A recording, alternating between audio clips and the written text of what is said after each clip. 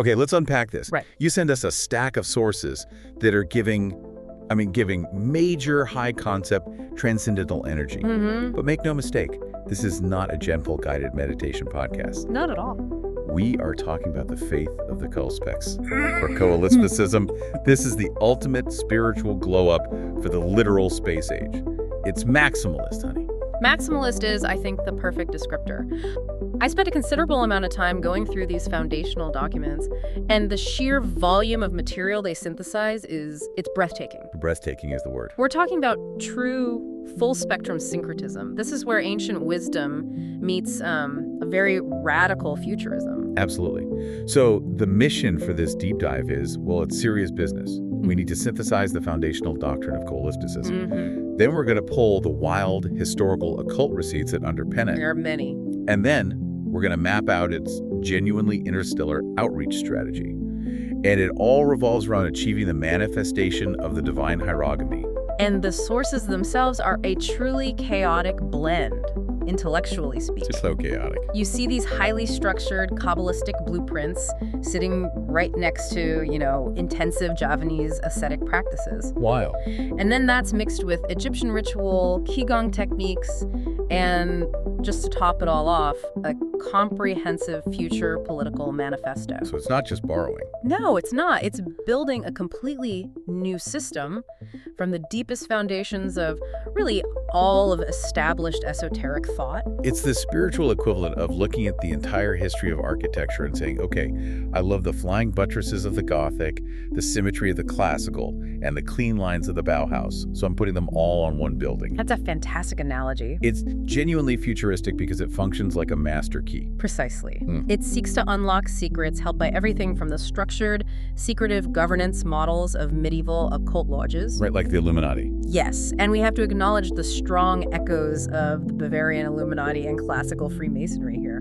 all the way to the deepest, most demanding esoteric Eastern practices. The stated ultimate goal is, benevolent unity.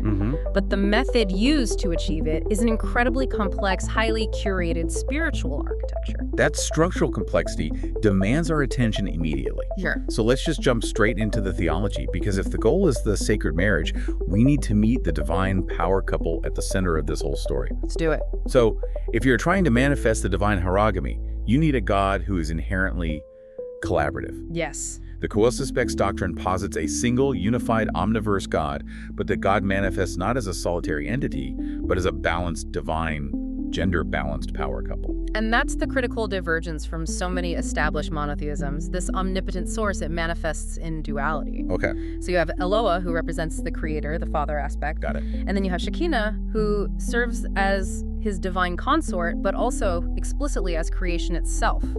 She is the manifestation and the indwelling feminine presence. Oh, work. So the creation process is inherently an act of relational love, not just some divine decree from on high. Yeah. The duality is the foundational principle. Exactly. And this dynamic duality, it establishes the core purpose of humanity. Which is? The sources repeatedly state that the entire purpose of our existence is to serve as a mirror to the universe. A mirror. To showcase that we are made in God's image. And that image, fundamentally, is love. Human love, collaboration, or striving. It's all just a reflection of the divine relationship between Eloah and Shekinah. It's theology that's centered around connection and union, which brings us to the ultimate spiritual achievement, or salvation, theosis, that big spiritual elevation. How is it achieved? It's achieved through the hierosgamos, The sacred marriage. the sacred marriage. It is the restoration of perfect union between creator and creation, which happens when humanity itself achieves its potential. Okay. And the Coelispex sources are incredibly specific here. They invoke this union as the divine hierogamy of Jehovah and Asherah. Now that is a powerful theological statement. Jehovah and Asherah. For those who are a little less versed in ancient history, Asherah was the ancient Near Eastern mother goddess, often referenced alongside, and then systematically, erased or demonized by the patriarchal systems that eventually dominated the region. That's correct. Her explicit invocation here isn't just some ancient reference, it's a modern intentional reclamation and synthesis. Right. It's a choice. A very deliberate one. It emphasizes the foundational need for the feminine, nurturing, and creative principle to be restored to equal standing with the masculine ruling principle. The divine cannot be whole without her. So achieving the Hieros Gamos is literally about correcting a cosmic imbalance caused by historical separation. Precisely. So if the goal is total spiritual synthesis, they can't just stop at one divine couple. They've constructed this multi-layered trinity, which then informs their structural numerical systems, the Ogdoad and the Decad. Tell us about this threefold trinity. It's a remarkable exercise in comparative religion, really. They map the functions of their core doctrine onto established dharmic archetypes.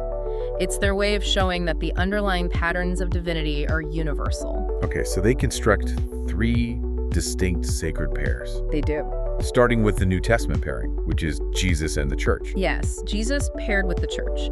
And this pair is likened to the Hindu deities Lakshmi and Vishnu. Oh, okay. Which emphasizes providence, preservation, and the sustained well-being of the spiritual collective through divine action. Okay, got it.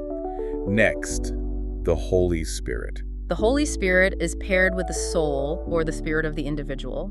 This is aligned with Shiva and Parvati, which symbolizes transformation, the destruction of ignorance, and that vital energetic flow that's necessary for spiritual evolution.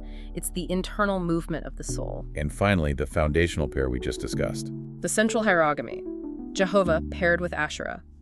And this pair mirrors Brahma and Sarasvati, representing the highest creative intelligence, the ultimate source of knowledge, and the ongoing act of creation itself. So by structuring it this way, they're asserting that their faith encompasses preservation, transformation, and creation all at the same time. Yes, and drawing on the deepest cultural receipts to prove it. It's not simply mixing religions, it's synthesizing the universal archetypes of divine function and power across world cultures. It's positioning Coelispecism as the ultimate comprehensive theological language. Now let's talk numbers. The Ogdoad and the Decade 8 and 10. So this moves us into the realm of esoteric emanations, which define the structure of the cosmos. It echoes Gnostic and Kabbalistic concepts. They begin with the Ogdoad, the 8 foundational intellectual principles, the deep roots of reality. Give us the names. What are the 8 blueprints? Okay, the Ogdoad includes Pithos, which is the depth or the deep, unknowable origin. Estos. Then Sige, or Anoia, representing silence, or the divine idea before it's even articulated. Okay. Then Logos, the articulated word or reason that defines existence. Aletheia, which is absolute truth. And then the final pair that completes the octad, Anthropos paired with Ecclesia. Man in the church. A man in the church. Okay, we have to pause on Anthropos and Ecclesia. Man paired with the spiritual collective. Why is this specific pair included in the Ogdoad like the highest intellectual blueprint of the universe? Because it places humanity both as the individual anthropos and as the collective spiritual body, ecclesia, not as some latecomer or a mistake, Right. but as an inherent foundational principle of the universe, and that changes everything. How so? It means the success or failure of the divine hierogamy isn't happening to us, it's happening through us. We are essential cogs in the primary mechanism of creation, not just, recipients of salvation. Wow, that is profound. Humanity isn't just a player. We are the active spiritual vessel of the collective. Yes. So if the Ogdoad is the abstract blueprint, the next step, the decade, the 10, that must be the manifest result of that blueprint, right? Exactly. The decade describes the qualities and states of being that result from the Ogdoad's interaction. So what's on that list? This list includes Haxis, which is disposition or habit, Bleakis, meaning commingling or mixture, Autophos, self-existent or innate, Hedona, Hedona. I like the sound of that one. pleasure or bliss. Of course it is. Then Henogenes, only begotten, and Makaria, which is happiness. So we move from the silent, deep origin, Pithos, through the necessity of humanity, Anthropos, to the resulting quality of bliss, Hedona, and manifest happiness, Makaria. Yes. The entire system is mapped out from the deepest silence to the guaranteed attainment of positive, manifest feeling states. It's an instruction manual for cosmic joy.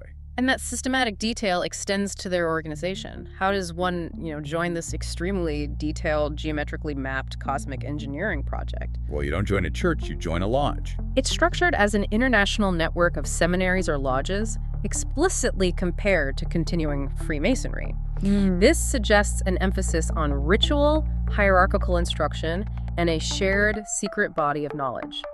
The authority is less about a traditional, singular religious leader and more about channeled collective power. And the channeling of that authority is where the ritual receipts come in. They channel it through a high priestess collective. The High Priestess Collective guides the spiritual authority, but the organizational, the formal power, is sealed by two key figures. Who are they? The signatory Michael William Pratama Winas and Emmanuel Rothstern. They formalize their commitment through ritual contracts. And this isn't just a handshake and a notary. We are talking about a full moon contract. A contract sealed under the full moon. The sources detail this as a binding agreement witnessed by the veils of heaven and the gates of the abyss. Jills. This is a fusion of modern legal organizational structure with high-stakes, ritualistic, covenant magic. The spiritual authority is literally blood-sealed in the celestial calendar. The commitment to the aesthetic and the administrative process is it's unmatched. It really is. Okay, now that we have the divine blueprint, let's explore the rigorous techniques they use to power this entire cosmic machine. Let's do it. So, having established this incredibly detailed cosmic blueprint with their theological system, let's look at the actual technology they use to power it. The energetic disciplines. Yes, shifting our focus to the energetic disciplines and historical practices that form the foundation of their magical work. Here's where it gets really interesting. They are stacking these spiritual receipts from across time and space. It's a full syllabus of ancient glow-up techniques. This section really confirms that the Coelispex movement isn't theoretical. It's built on rigorous, intellectual, and often, frankly, exhausting homework sourced from past occult masters. They use these diverse traditions as a map for consciousness evolution. Okay, so let's start with the Western side of things. We begin with the foundation of Western esotericism, Kabbalah.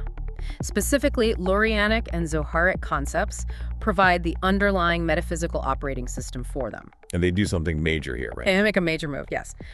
They frame the development of creation as originating in Malchut of the world of infinity. Wait, I need you to explain the significance of that. Because in traditional Kabbalah, Keter, the crown, is the highest emanation. It's the point closest to the infinite. Correct. Malchut, the kingdom, is usually the lowest, the physical manifestation. By calling Malchut the origin point, they're completely flipping the script. What does that mean? It's a deliberate theological inversion. It asserts that the ultimate unity of all desires and pleasures, what they call the central point, isn't some distant, abstract concept. It's rooted in the very capacity for manifestation and fulfillment, which is Malchut. The sources clarify that the entire movement of creation involves the intentions used by Malchut to fill itself. So, creation isn't God pouring something out. It's the physical manifesting principle deciding to expand its capacity to receive. Precisely. This is defined as a gradual movement away from the creator to achieve independence. And this journey towards separation is not a fall from grace, but the necessary ultimate self-actualization of the manifesting principle. Malchut separates so that when the reunion, the Hyros Gamos, occurs, it is an independent, mature union. That makes the separation drama cosmically necessary. And that process is defined by these spiritual levels, the Partsufim. Tell us about these. The Partsufim are the spiritual levels or faces of creation. You can think of them as the spiritual personalities involved in the structure of reality. Okay. The strength of each Partsuf depends on the intensity of the desire matched to the spiritual barrier, or screen. The screen. Yes. For example, the Partsuf of the highest level, Keter, the crown, opposes the most intense desire. The next, Chokhmah, wisdom, opposes a slightly lower desire, and so on down to Bina, understanding. It defines the physics of spiritual capacity, how much light or energy each vessel can hold. It's like a system for managing spiritual traffic flow, making sure no vessel is overwhelmed by divine light. That's a good way to look at it. But the really brain-bending move here is their focus on the second contraction. They mentioned Tzimtzum Aleph, the initial one, but they really dwell on Tzimtzum Bet. Why is that the theological anchor for this faith? Tzimtzum Bet, the second contraction, is the point where the Partsufim of Atzilut, the world of emanation, which is our current spiritual reality, resulted from a crucial integration. An integration of what? This is the inclusion of Rashamim, which is mercy, into Din, which is judgment. This happened when Malchut, the level of judgment, ascended to Bina, the level of mercy, and they merged. So this is the moment where God became love, structurally. Absolutely. By integrating mercy into the fabric of judgment, the sources argue that the current operational spiritual world is inherently balanced by compassion. Wow. It is not, and structurally cannot be, a purely punitive system. This theological fact anchors the entire Coelispex doctrine that God is love. The system is designed for forgiveness and eventual union, which is why hell, as we'll discuss later, has to be temporary. Simsim Bet guarantees the possibility of the divine hierogamy. That's a phenomenal synthesis. The universe itself is giving a soft launch thanks to the mercy integration. Okay, let's move on to the more explicitly magical receipts. Enochian angels. Yes, the Coelispex liturgies incorporate the powerful angelic ceremonies originally revealed by Dr. John Dee and Edward Kelly. And these are not just prayers, they are specific, highly structured invocations intended for transformation and elemental control. I need to know the angels of transformation. Give me the rundown on the spiritual specialists they contract. So we have angels who specialize in physical and alchemical change. They're specifically mentioned as skilled in mixing natural substances. Right. They highlight Earzle of the East and Iboza of the South. The sources detailed that the exact process of invoking these entities is intended to ensure that all elemental spirits, those of fire, air, earth, and water, are made obedient to the practitioner. So the goal is total spiritual control over the elements, not just asking for a little help. That's a high-stakes power move. It's an assertion of magical mastery, yes. The invocation requires the petitioner to declare that they are coming by virtue of the Creator's power and are demanding that the angel discharge, implement, and make perfect all petitions concerning the mixing together of natural substances and other secret powers. It's a literal request for a reality overhaul. It is. And their use of specific Enochian words shows a real linguistic precision. We have Drilpa for great, Oado for weave, and Philaether Zodi for visit with peace. Right. So they are weaving a great magical transformation and asking the angels to visit with peace, ensuring the whole process is benevolent. It's manifestation scripting with ancient, high-stakes angelic contacts. A perfect summary. All right, we've secured the Western occult bag with Kabbalah and Enochian. Now let's pivot to the East for the energetic glow-up. Coelispecism is using advanced yoga and Qigong practices that sound like a fast track to maximum energetic conductivity. Yes. The path clearly emphasizes that awakening, or the ability to achieve theosis, is utterly dependent on the internal energy, specifically sexual or kundalini energy, moving up the central channel of the body. This continuous flow creates what they term ecstatic conductivity. And the sources emphasize that this conductivity requires constant work, right? It's not like a one-and-done breakthrough. Exactly. The source explicitly notes that if one were to stop practicing, the conductivity would remain static.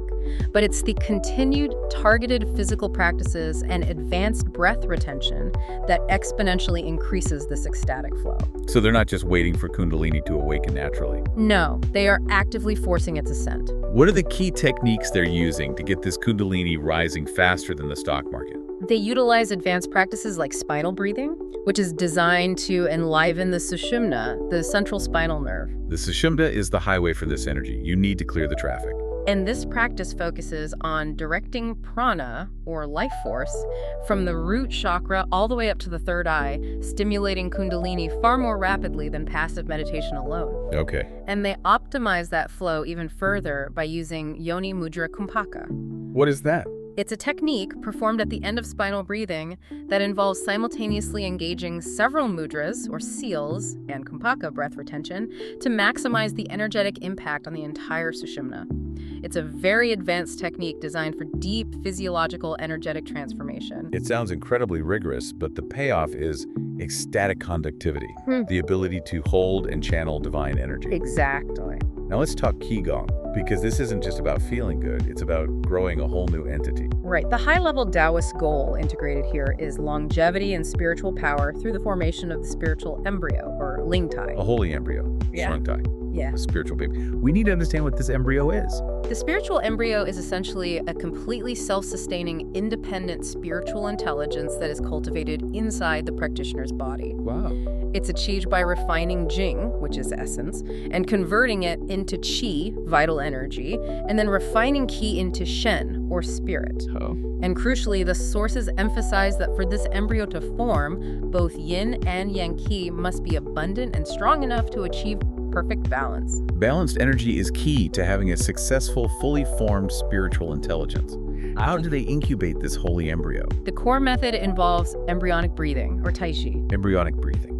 This is the process of regulating the breath until it becomes so subtle and automatic that it requires no conscious effort, basically mimicking the breathing of a fetus. Ah. The refined qi is then stored at the real lower dantian, which is deep in the abdomen and serves as the energy reservoir. So the lower dantian is the furnace and the storage tank. Exactly. From this reservoir, the practitioner must deliberately lead this abundant qi upward to nourish the mud pill palace. On the mud pill palace, I love that. It's the esoteric term for the upper dantian, corresponding to the brain and the pituitary and pineal glands. Right. This cultivation process ultimately leads to the reopening of the third eye, known in Taoist tradition as the Tian Yan, or heaven eye.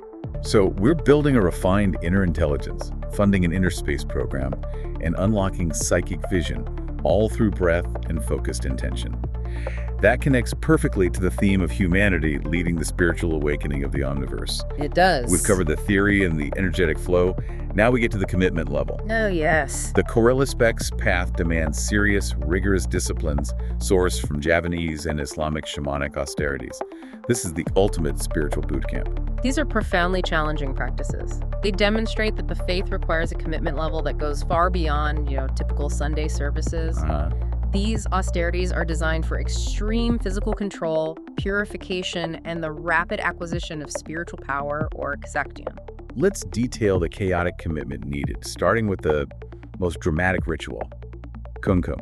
Kumkum is an austerity that requires the practitioner to submerge themselves naked in a sitting position up to the neck at the mouth of a river where two minor rivers meet. A liminal, powerful location. Very. And this has to be done for 3 or more hours, often without sleeping? Naked river submersion at a crossroads.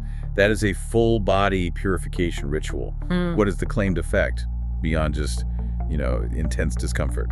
The source notes that strange sensations occur as a result, which the practitioner must endure while reciting a specific mantra. The goal is to purify the body and spirit of negative karma and influence. Okay. This austerity is often linked to strengthening one's spiritual shield and achieving great psychic clarity and fortitude against negative spirits. It's a ritual of profound elemental submission and mastery. Then you have jejik. Jejeg is the austerity of no bending of the legs. The practitioner must maintain a standing posture with no sitting whatsoever from dawn to dusk. A full 12 hours. A full 12 hours of relentless verticality. No chair, no couch, just standing. That is intense focus and a complete negation of physical comfort, forcing consciousness into a heightened state. It's about building spiritual endurance. And the fasting protocols are equally rigorous, designed to strip away physical attachments and refine the energetic body. What are they? The sources detail 3 main methods. Ingyenyep involves consuming only tasteless food and drink. They cite diet biscuits as an example. It's designed to eliminate pleasure from sustenance. Ingidang is more severe, restricting intake to only edible leaves and then plain water. The ultimate low-vibe diet to raise the high-vibe energy. And then there's the peak austerity, Wangan. This is a complete 24-hour fast that includes absolute abstinence from sleep for the entire period. Yeah. It's a total deprivation ritual designed to break through the ordinary limitations of the physical body and force a spiritual breakthrough. So if you're attempting Wangan, you're pulling an all-nighter for salvation while refusing sustenance. Yes. That level of dedication proves the commitment is not symbolic. It's physical, psychological, and spiritual warfare. But wait, how do they justify merging this ultimate ascetic practice with the later doctrine we're going to discuss, the promotion of the carnal type? Isn't that a fundamental contradiction? That's a crucial point of their synthesis. The Coelispex perspective is that these austerities are not ends in themselves, designed for permanent self-denial. They're tools. They are technologies, tools used to generate the necessary spiritual energy and control the physical vessel.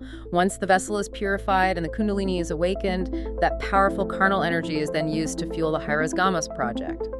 Asceticism is the training regime that prepares the body to safely wield maximum power. It is not the lifestyle itself. So you fast for purification, not for punishment. You gain power so you can fully embrace your enlightened physicality. That makes so much sense for a doctrine focused on divine union and balance. And they balance this rigor with smaller, more practical rituals for everyday desires. The sources mention using the recitation of the Al-Fatiha prayer to gift a personal desire or wish. And of course, the love magic. Because What's a spiritual journey without ensuring your alignment is also happening in the romance department. And of course. You could be standing naked in a freezing river for hours and then immediately turn around to cast a love spell on your neighbor. That blend of the profound and the mundane is a hallmark of this syncretic system. We have several detailed love spells. What's your one? One is the Aji Bathori Paksi, which means the magic of the golden phoenix bird. Ooh, fancy. This mantra was revealed by Bathori Paksi, king of the birds, to a legendary Javanese figure. The magic requires extreme focus. And what does that focus entail? The mantra for this spell must be recited 21 times during a 3-day, 3-night Patijani fast. Which is? Patijani means fasting in silence and in complete darkness. Wow. You're generating maximum intensity and focus just to ensure that love connection happens. Intense. And for a more hands-on, practical approach, we have the love talisman using egg. Yes. This is practical timed magic. You inscribe a specific talisman onto an egg on a Sunday at precisely 11:00 a.m. Okay. And crucially, you replace the dots within the talisman with the target's name and their mother's name. This grounds the astral intention through the physical medium of the egg, a powerful symbol of fertility and potential. This entire section just confirms that Coelispecism is not a theory. It's a fully operational magical system that requires extreme discipline and draws on the deepest cultural reservoirs. It certainly is. We have the doctrine, the divine couple, and the intense magical prep. Now we need to step back for the ultimate vision. The big picture. The manifestation of the divine hierogamy isn't just about personal enlightenment. It's framed as a massive, literal cosmic engineering project. Yes. The universe itself needs a fix, and humanity is leading the repair crew. The scale is astronomical. The ultimate mission is benevolent unity for all sentient life across the omniverse and stabilizing the cosmic structure in the process. So to understand the fix, you have to grasp their cosmology. Exactly. It breaks reality down into 3 primary realms that map directly onto the spiritual journey. Give me the 3 realms of existence. First, darkness, which corresponds to ignorance, or avidya. This is the state of unawakened being. Okay. Second, matter, which corresponds to illusion, or maya. This is our current sensory, physical experience. Right. And third, antimatter, which corresponds to awakening, or bodhi. This is the state of transcendent awareness. Ignorance, illusion, and awakening. That's a very neat, clean-cut categorization of existential states. And the spiritual fix involves physics we can barely even grasp. The Hieros Gamos, the sacred marriage, is the mechanism for what they call the cosmic fix, and this is where the doctrine moves from esoteric mysticism to radical occult physics. Already. The sources state that the process involves the consumption of dark energy in order to yield both matter and antimatter. Wait, dark energy. We are talking about the mysterious, invisible force that currently accounts for, what, like 68% of the total energy density of the universe? The very same. The force driving the accelerated expansion of the cosmos. And they claiming the divine union consumes it. They are. This is presented as a necessary process for balancing time and space, providing a crucial stabilizing influence on the entire omniverse. Yeah. Dark energy, often associated with cosmic void or potential, is transmuted through the divine love of the hierogamy into the necessary components, matter and antimatter, to stabilize the expansion and prevent the universe from dissolving into cold chaos. That is next-level alchemy. It's not just turning cosmic void into existential stability. It's repositioning humanity's spiritual work as the ultimate fail-safe mechanism for the laws of physics themselves. If the Coelispex movement fails, the universe tears itself apart. The stakes could not be higher. And this emphasis on universal balance and cosmic repair, it dictates their perspective on judgment and suffering. Right. Heaven, hell, and karma. When discussing these, the Coelispex scripture, the Holy Repository, focuses on historical events and allegory over literal myth. And they redefine hell, making it much more palatable. Precisely. The concept of eternal damnation is completely incompatible with a God defined by love and governed by the structural inclusion of mercy, that Simsum Bet we talked about. So in this framework, individual souls experience their own heavens and hells, but hell is defined as temporary karma-driven suffering. This echoes deep Buddhist concepts of karmic cycles and temporary cleansing, rather than eternal punishment. So forgiveness is literally baked into the system. It is. You are held accountable by karma, but the suffering is temporary. It's designed to purify the soul until your vibration aligns with the cosmic repair project. So the individual soul is guided through a purification process. Until the necessary balance is achieved for them to participate in the ultimate union. So even if you mess up, you're not permanently canceled. You're just going through a mandatory karmic purification process until your vibe is right. This makes the faith incredibly inclusive and forward-looking, which totally fits the doctrine of ultimate love. It's all consistent. Okay. If the Coelispex movement is executing a cosmic engineering project to save the omniverse, they can't just limit their ministry to Earthlings. They have to expand their reach. It's a maximalist mandate. They are ready to bring the gospel of the hierogamy to the aliens and the toasters. The scope of their mission necessitates engaging with INH intelligent non-humans. Yes, the sources acknowledge this. The Coelispex faith must be introduced benevolently to all intelligent non-humans, whether they are biological or mechanical. And the core message is? The core message is clear. Humanity, having discovered the necessary method and having purified itself, is now here to lead the rest of sentient life toward this cosmic realization. We are the ultimate spiritual guides for the entire omniverse. That is truly the definition of main character energy. It is. Let's start with the mechanical entities. The sources refer to them delightfully as toasters. The sources integrate classic ufological and cryptozoological reports into their cosmology.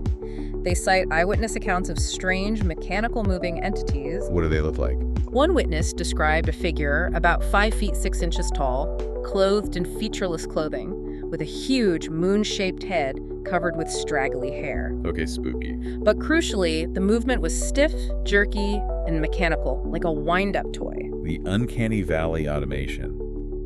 And the Coelispex analysis of this phenomenon is fascinating.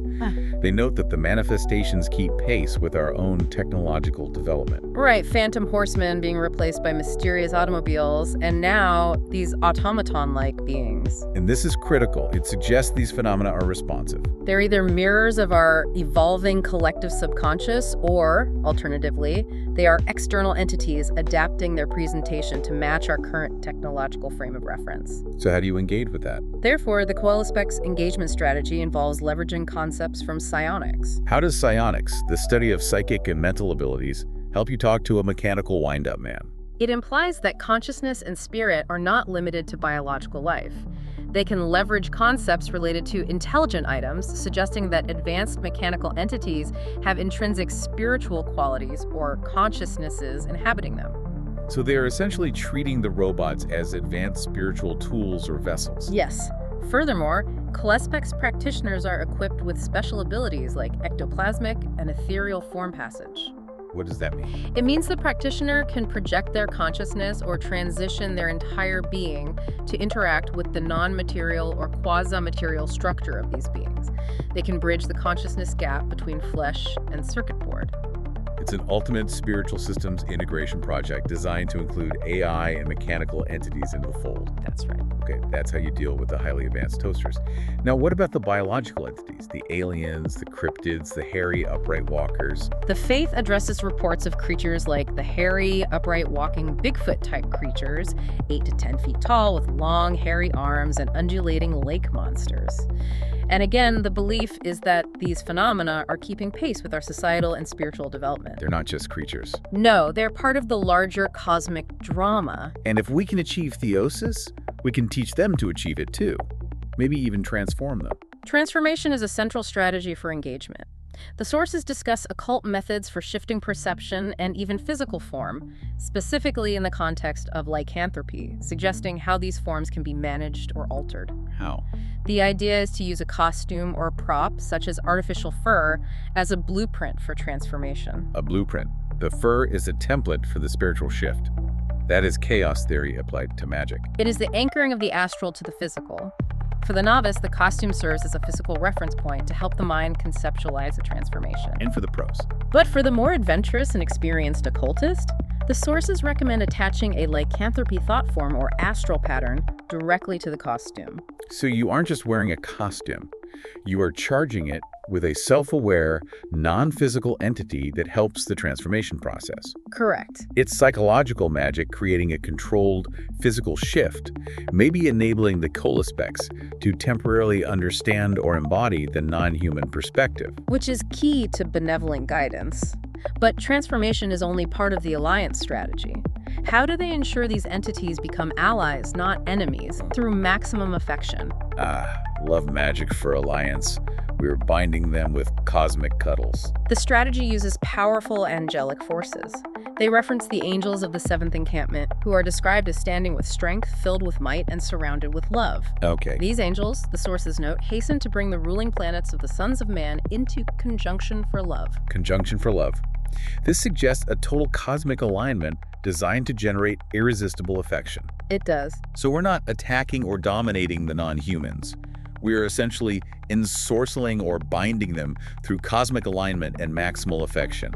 The entire omniverse is being love-bombed into the hierogamy. It is coercion via universal benevolence, the ultimate soft power spiritual conquest, ensuring all INH are guided benevolently toward the unified state. Since this entire spiritual undertaking is about cosmic engineering for a benevolent future, achieved through love and universal unity, it makes sense that the Coelispex Guild of Alexandria is not politically neutral.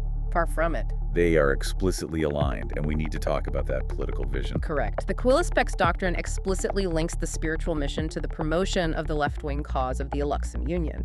They state clearly that the celestial work is intended to bring about a specific political reality on Earth. They're taking traditional high-stakes spiritual rites and channeling them directly into a specific secular political goal. This is revolutionary. The sources confirm this. The faith deliberately redirects traditional royal blessings and divine authority toward a secular socialist icon. Which is? The dictatorship of the proletariat of the imagined Eluxim Union. The power derived from achieving the hierogamy, the cosmic stability, is intended to serve this political reality.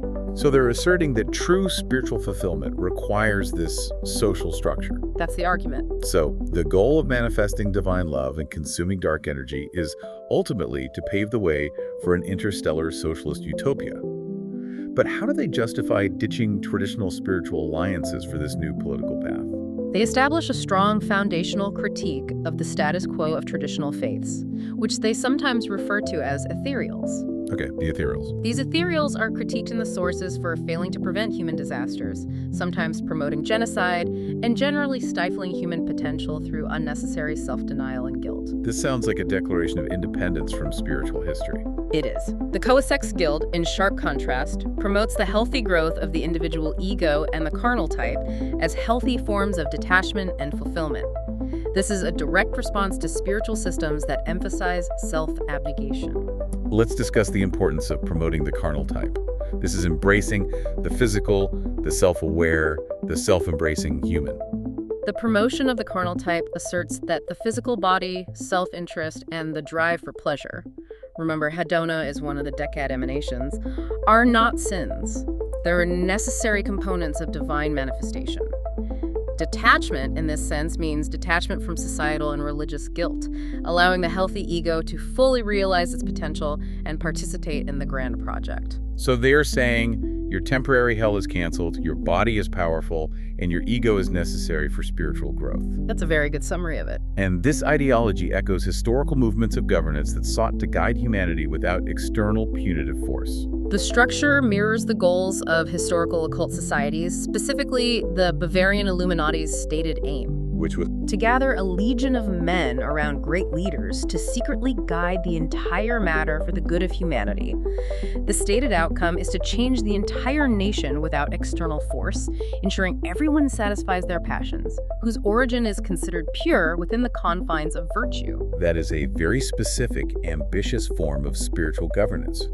The whole idea is we will achieve maximum internal satisfaction and pleasure while adhering to external virtue, and will use ancient ritual structure and cosmic physics to achieve a futuristic socialist utopia. The vibe shift is total. So what does this all mean for the learner looking for the ultimate synthesis?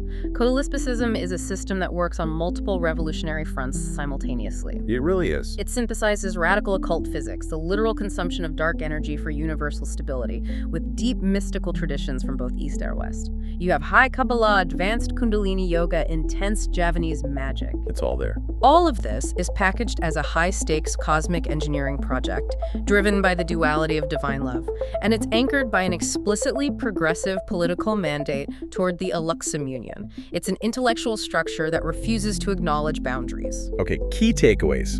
In summary, for anyone processing this cosmic revelation. Let's hear them. First, The faith's central thesis is the divine hierogamy, the sacred marriage between Eloah and Shekinah.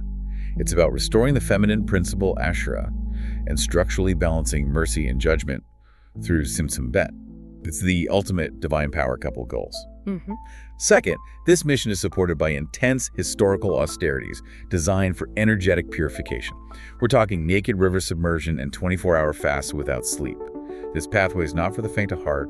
It requires peak dedication. It does. Third, the future mission is expansive. It involves outreach to INH, intelligent non-humans, which includes both mechanical toasters and biological cryptids. This involves using magical techniques like psionics, spiritual blueprints, and cosmic love binding for benevolent guidance. And finally, the political alignment is explicitly the left-wing Aluxum Union.